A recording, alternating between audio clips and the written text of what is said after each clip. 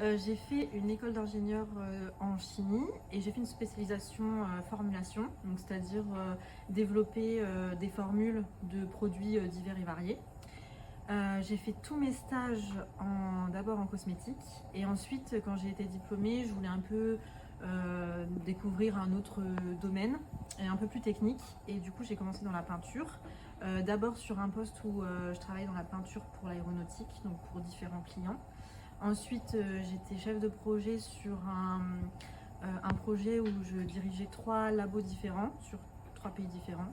Et ensuite, j'ai commencé mon poste à RECA et j'ai été recrutée il y a un petit peu moins d'1 an, en septembre 2024, pour être responsable de labo côté solvanté.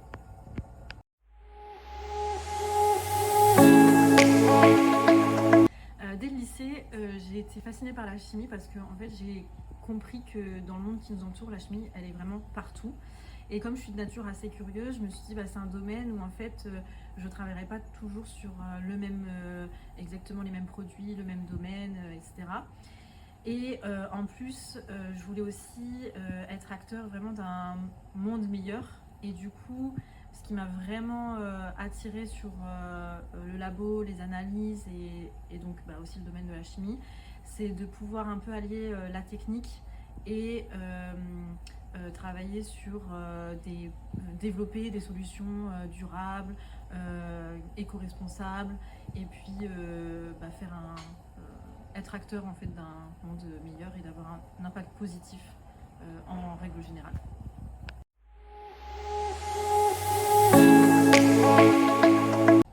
Alors la première grande mission, c'est de devoir modifier les formules déjà existantes ou développer des nouvelles formules. Donc c'est vraiment la vraie partie recherche et développement. Et ça, c'est pour différentes raisons. Ça peut être des raisons réglementaires, environnementales ou des demandes clients. Ensuite, il y a aussi la partie assistante de la production, donc c'est-à-dire apporter des idées ou alors des solutions sur par exemple tout ce qui est des produits en non-conformité, des problèmes de process ou même sur le contrôle qualité. Et après, il y a une petite partie aussi, c'est plus un support technique pour le service client.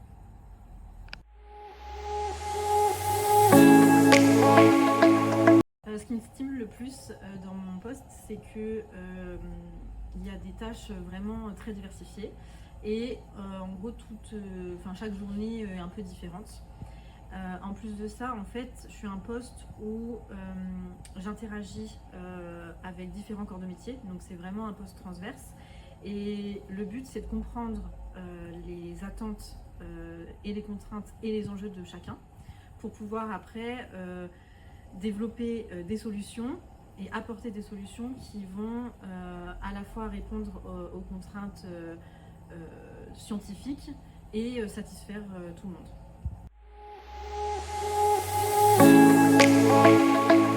Au labo, ce qu'on fait, c'est qu'on utilise pour tester nos formules des tests normalisés. Donc on fait tout le temps la même chose, qui évite les biais.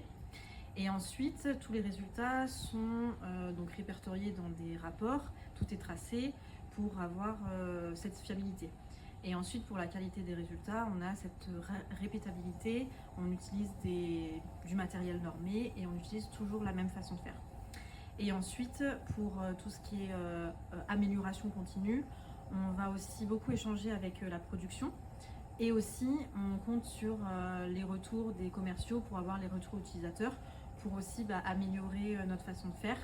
Et je dirais du coup, en global, c'est la combinaison entre la rigueur qu'on a au laboratoire et puis l'amélioration continue qui fait qu'on va avoir une fiabilité et une qualité des résultats.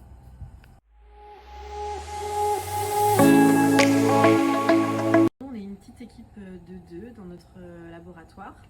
Et je dirais que pour l'ambiance, en fait, quand on a commencé à travailler ensemble, on a tout de suite trouvé un bon équilibre.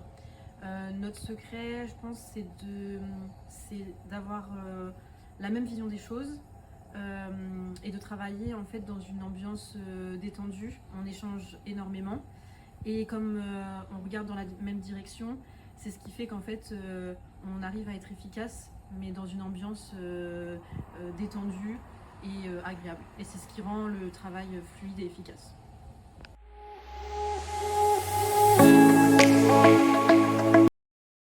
Je lui dirais de garder son esprit ouvert et d'être curieux parce que c'est un métier où la science en gros rencontre le concret.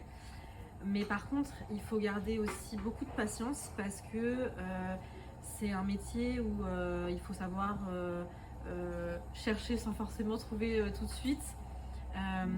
Et en fait, la recherche, c'est 99% d'échecs pour arriver au 1% qui fonctionne.